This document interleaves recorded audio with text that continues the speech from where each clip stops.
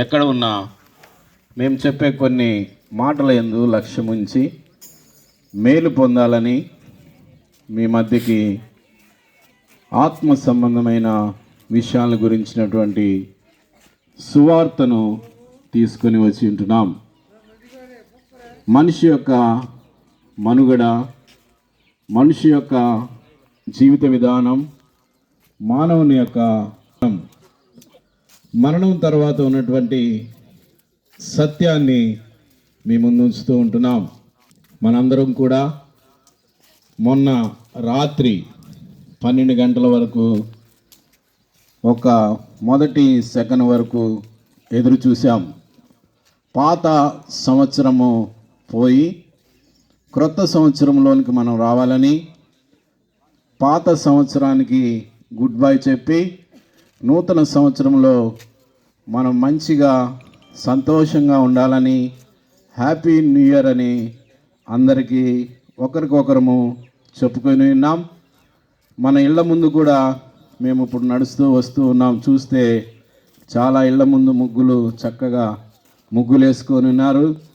Happy new year 2026 సంవత్సరం అని చక్కగా రాసుకొని ఉన్నారు.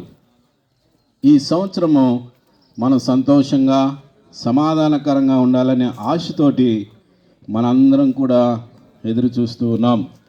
మానవ యొక్క జీవిత విధానంలో కొంతవరకే వాటిని పరిమితి కలిగి ఉంటున్నాడు, కొంతవరకే సంతోషంగా ఉంటున్నాడు, కొంతవరకే ఆనందిస్తూ ఉన్నాడు. ఏదైనా తప్పు చేస్తున్నప్పుడు లేకపోతే పాపం చేస్తున్నప్పుడు, కొన్ని విధాలైనటువంటి చేయకూడనివి చేసినప్పుడు ఆనందిస్తూ ఉన్నాడు. దాని ద్వారా అయిన తర్వాత మనిషిలో విచారం ఏర్పడతా ఉన్నది. కృంగిపోతూ ఉన్నాడు, తను తాను నిందించుకుంటూ ఉన్నాడు, సమాజాన్ని దూషిస్తూ ఉన్నాడు, తన పుట్టుకను గురించి బాధపడుతూ ఉంటున్నాడు. ఆ పరిస్థితుల్లో దానిలో నుంచి బయటకు రావాలని సొంత ప్రయత్నాలు ఎన్నో చేస్తూ ఉంటున్నాడు. సొంత భక్తిని ప్రదర్శిస్తూ ఉంటున్నాడు. సొంతమైనటువంటి వాటిని ఆలోచించి పూజిస్తూ జీవిస్తూ ఉంటున్నాడు. ఆ పరిస్థితుల ద్వారా తనకు కావలసిన సంతోషము, నిజమైన హ్యాపీ న్యూ ఇయర్ అనేది అనుభవించలేని స్థితిలో ఉంటూ ఉన్నాడు. ఆ సంతోషం గురించే ఈ సాయంకాలము మీకు కొన్ని విషయాలు తెలియపరుస్తూ ఉంటున్నాం. మరి బైబిల్ గ్రంథము లేకపోతే దేవుని వాక్యము ఏమని సెలవిస్తున్నదంటే, లేఖనాల్లో ఉన్నటువంటి విషయాల్ని 4 విషయాలను మీ ముందు ఉంచుతూ ఉంటున్నాను. ఈ భూమి మీద నిజమైన శాంతిని, సమాధానాన్ని ఇచ్చే ఆయన ఒకే ఒక ఆయన ఏమని చెప్తూ ఉంటున్నాడంటే, నా శాంతిని మీకు అనుగ్రహిస్తాను, లోకం ఇచ్చినట్లు కాక నా శాంతినే మీకు అనుగ్రహిస్తానని ఆయన బైబిల్ గ్రంథం ద్వారా తెలియపరుస్తున్నాడు. ఎందుకు ఆ మాట అన్నాడంటే, మనిషి పాపాన్ని బట్టి సంతోషము, సమాధానాన్ని కోల్పోతూ ఉన్నాడు. ఆ స్థితిలో నుంచి బయటికి రావాలి అని చెప్పి దేవుడైనటువంటి, సర్వాధికారం కలిగినటువంటి సృష్టికర్త అయిన దేవుడు నరరూపిగా ఈ లోకంలో కన్యక గర్భంలో లేఖనాల ప్రకారం ఆయన జన్మించుంటున్నాడు. ఆ జన్మలో ఎలాంటి పాపం లేదు, ఏ పురుషుని సహాయం లేదు. కేవలం పరిశుద్ధాత్మ ద్వారా యేసుక్రీస్తు ప్రభు కన్యక గర్భంలో ఈ భూమి మీద జన్మించుంటున్నాడు. అంతేకాకుండా ఆయన 33.5 సంవత్సరము ఈ భూమి మీద మానవుడుగా, దైవ మానవుడుగా జీవించుంటున్నాడు. ఆయన జీవిత విధానాన్ని మనం కనుక పరీక్షిస్తే, ఆయన మేలు చేయుచు సంచారం చేసినని బైబిల్ గ్రంథంలో వ్రాయబడుతున్నది. కుంటివారిని, గుడ్డివారిని, మూగవారిని, చెవిటివారిని దయ్యాలు పట్టి పీడిస్తున్నటువంటి గెరాసేని దేశంలో 2000 పై దయ్యములతో పీడించబడుతున్న వారికి యేసు ప్రభు విడుదలనిచ్చాడు. చనిపోయి శరీరాలు కుళ్ళిపోయి 4 రోజులైనటువంటి ఆ లాజరు అనే అతన్ని యేసుక్రీస్తు ప్రభువారు బ్రతికించుంటున్నాడు. ఆయన ఎవరిని దూషించలేదు, ఎవరి మీద యుద్ధాలు చేయలేదు, రక్తపాతం చిందించలేదు, ఏదేన్ని ఆయన అనుసరించలేదు. కేవలం ఆయన మనుషులకు మేలు చేస్తూ జీవించుంటున్నాడు. మూడవదిగా ఆయన శిలువ మరణం. లేఖనాల ప్రకారం ఆయన శిలువ వేయబడ్డాడు, తన్ను తాను మరణానికి అప్పగించుకున్నాడు. ఆయన యందు ఏ దోషము కానరాలేదని ఎవరైతే శిక్ష వేశారో వాళ్ళే ప్రపంచానికి తెలియపరిచి ఉన్నారు. ఆయన శిలువ మరణంలో నువ్వు నేను మనందరం చేసిన ప్రతి పాపము కొరకు ఆయన శిలువ వేయబడ్డాడు. ఆయన శిలువ ద్వారా, రక్తము ద్వారా, ఇప్పుడే మేము పాట పాడుకుంటూ వచ్చాం, యేసుని రక్తం అని. యేసు రక్తము ప్రతి పాపముల నుండి మనల్ని కడిగి పవిత్రంగా చేయనని పరిశుద్ధ గ్రంథంలో వాక్యంలో రాయబడి ఉంటున్నది. యేసుక్రీస్తు ప్రభు నీవు అంగీకరించగలిగితే ఆ రక్తము నీ పాపాల విషయమై క్షమించి నీకు నూతన జీవితాన్ని ఆయన ఇవ్వడానికి ఇష్టపడుతూ ఉన్నాడు. మూడవదిగా ఆయన చనిపోయిన తర్వాత సమాధి చేశారు. మూడవ రోజు ఆయన మృత్యుంజయుడై మరణాన్ని జయించి తిరిగి లేచినటువంటి దేవుడుగా ఆయన ఉంటూ ఉన్నాడు. ఆయన మరణము మరి ఒక గొప్ప శిక్ష లేని మరణాన్ని నీ కొరకు నా కొరకు పొందాడు. తర్వాత సమాధిలో ఆయన లేడు. ప్రపంచంలో ఏ సమాధి చూడండి, తెరిచి చూస్తే ఆ సమాధుల్లో ఎముకలు ఉంటాయి, వెంట్రుకలు ఉంటాయి, పళ్ళు ఉంటాయి, ఇవి కనబడుతూ ఉంటాయి. కానీ యేసుక్రీస్తు ప్రభువారి యొక్క ఒక్క సమాధి మాత్రమే ఖాళీగా ఉంటుంది. ఎందుకంటే ఆయన మరణించలేదు, పునరుద్ధానుడయ్యాడు, తిరిగి పరలోకానికి ఆరోహణుడై తిరిగి త్వరలో రాబోతూ ఉన్నాడు. అమ్మాయి, అక్కలారా, అన్నలారా, ఈ విషయాలు ఎందుకు చెప్తున్నామంటే మనిషిలో, ప్రతి మనిషిలో దేవుడు ఆత్మ అనేది పెట్టాడు. ఎవరైతే పాప క్షమాపణ పొందుతున్నారో వారి ఆత్మ రక్షించబడుతున్నది, వారి జీవితాలు బాగుపడుతున్నవి. నిత్య రాజ్యంలో చనిపోతే, ఈ లోకాన్ని విడిస్తే నిత్య రాజ్యంలో యుగయుగంలో ఉండబోతూ ఉన్నావు. ఒకవేళ ఇవి నిర్లక్ష్య పెడితే చనిపోయిన తర్వాత నీలో ఉన్న ఆత్మ నిత్య నరకములో, అగ్ని గుండంలో ఉండబోతూ ఉన్నది. అక్కడ అగ్ని ఆరదు, పురుగు చావదని చెప్పబడుతున్నది. రాత్రి పగలు కాదు, ఒక రోజు కాదు, ఒక సంవత్సరం కాదు, యుగ యుగాలు నీ ఆత్మ నరకంలో ఉండబోతున్నది. కాబట్టి వీటి నుంచి తప్పించడానికి, ఈ ఆత్మ సంబంధమైన విషయాలు తెలియపరచడానికే మీ మధ్యకి ఈ సాయంకాల సమయంలో వచ్చి ఉంటున్నాం. కాబట్టి నువ్వు ఎవరైనా సరే, నీ పరిస్థితి ఎలా ఉన్నా సరే, ఏది అడ్డు రాదు. నువ్వు చేయవలసింది ఒకటి, యేసు ప్రభువా, నేను పాపిని, నా పాపాలు క్షమించు, నన్ను నీ బిడ్డగా చేర్చుకో, నా హృదయంలోనికి రా అని నువ్వు ఆహ్వానిస్తే నీ జీవితాన్ని ఈ దినమే, ఈ క్షణమే ఆయన మార్చడానికి, నూతనపరచడానికి ఇష్టపడుతున్నాడు. కాబట్టి మీ కొరకు ప్రార్థన చేస్తాం. కరపత్రాలు ఇచ్చాము, అవి చదువుకోండి, మేలు పొందండి. మరి చిన్న నల్లబల్లి హెబ్రోన్ ప్రార్థనా మందిరం ఉన్నది, అక్కడ దైవ సేవకులు ఉంటారు, ఇంకా మీకు అనేక విషయాలు తెలియపరుస్తారు. మేలు పొందడానికి మేలుకరంగా ఉంటుందని తెలియపరుస్తూ ప్రార్థన చేసుకుందాం.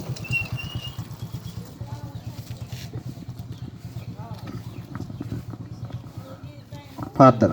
ప్రేమ కలిగిన మా తండ్రి, పరిశుద్ధమైన దేవ, నీ పాదాలకి వందనాలు ప్రభా. మంచి తండ్రి, మంచి దేవ, 2025 సంవత్సరం కాపాడి 2026 సంవత్సరంలో మమ్మల్ని అడుగుపెట్టినందుకు వందనాలు. ముఖ్యంగా మంగాయబడ గ్రామంలో ఇలాగా అల్పంగా స్వల్పంగా విత్తుబడిన వాక్యని మీరు నీరు కట్టి ఫలించమని ప్రార్థిస్తున్నాం. విన్నారు ప్రభా, ఈ లోకం విడిచిన తర్వాత ఎక్కడ వెళ్తారు ప్రభా, వాళ్ళు గ్రహించినట్టు గ్రహించే హృదయం వినగల శివులకు వాళ్ళకి అనుగ్రహించమని, వాళ్ళు కూడా ప్రభా మీ రాజ్యంలో ఉన్నట్టు కూడా సాయం చేయండి ప్రభా. నా తన విత్తుబడిన వాక్యం మీరు దీవించి ఆశీర్వదించమని మా ప్రియ రక్షకుడైన యేసు క్రీస్తు నామములో స్తుతించి ప్రార్థించడం వేడుకుంటున్నాం తండ్రి, ఆమేన్.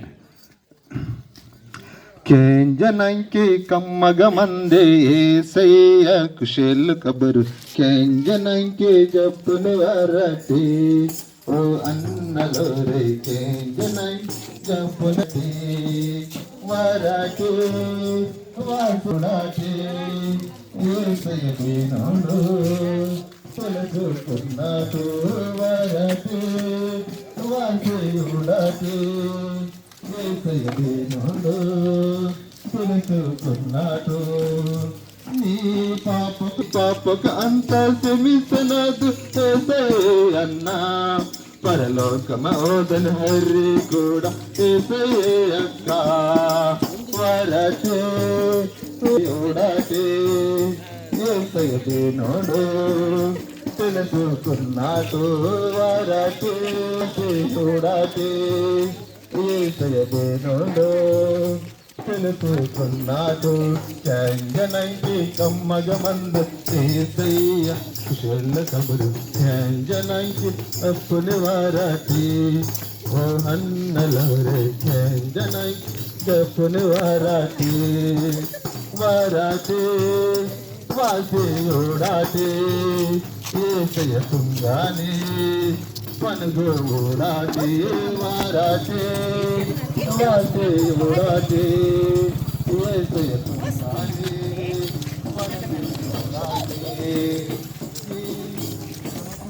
నీ కష్టకు బాధకు తీసివటనాదు ఏసయ్యన్నా నీకు శాంతి సమాధాన మీద నాదు ఏసయ్యన్నా నీ కష్టకు బాధకు తీసివటనాదు ఏసయ్యన్నా నీకు శాంతి సమాధాన మీద నాదు ఏసయ్యక్క వారాటే వాదే ఏసయ్యనోడు తెలుసుకున్నాడు వారాటే వాసేయుడాటే ఏసయ్యనోడు తెలుసుకున్నాడు సమ్మగమందన ఏసయ్య కుశల కబురు జప్పుని వారాటే ఓ అన్నలవరే జప్పుని వారాటే వారాటే వాసేయోడాటే ఏసయ్య తుంగాని పనుగున ఓడాటే వారాటే ఓడాటే ఏసయ్యన్నా నీకు శాంతి సమాధాన ఈదనాదు ఏసయ్యక్క నీ కష్టకు బాధకు తీసివటనాదు ఏసయ్యన్నా నీకు శాంతి సమాధాన ఈదనాదు ఏసయ్యక్క వారాటే వాసేయోడాటే ఏసయ్య బీనోడు తెలుసుకున్నాడు వారాటే వాసేయోడాటే ఏసయ్య బీనోడు తెలుసుకున్నాడు జనకి కమ్మగమందన ఏసయ్య కుశల కబురు జనకి జప్పుని వారాటే ఓ అన్నలోరే జనకి జప్పుని వారాటే నేను తుంటా దేవుటిని మరిగేసి లోకత మందాని వాటిని మొడకొని నేను తుంటా దేవుటిని మరిగేసి లోకత మందాని వాటిని మొడకొని ఏ లోకమంతా తుంటాదేవు అన్నా నీకు కొత్త బతుకు ఈ దానాదు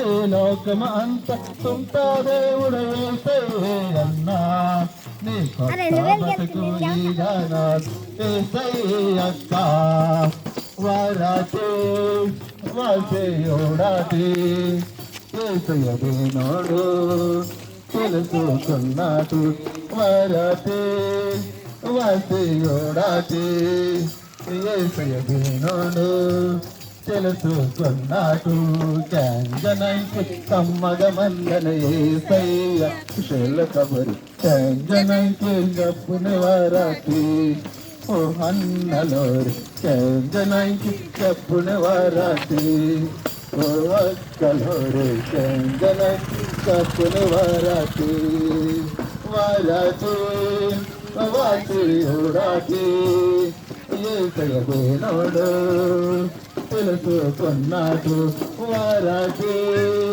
వాసేయోడాటే ఏసయ్య బీనోడు తెలుసుకున్నాడు నీ పాపకంతా క్షమించనాదు ఏసయ్యన్నా పరలోకము కూడా ఏసయ్యక్క నీ పాప క్షమించనాదు ఏసయ్యన్నా పరలోకమోదన హరి కూడా ఏసయ్యక్క వారాటే వాసేయోడాటే ఏసయ్య బీనోడు తెలుసుకున్నాడు వారాటే వాసేయోడాటే ఏసయ్య బీనోడు తెలుసుకున్నాడు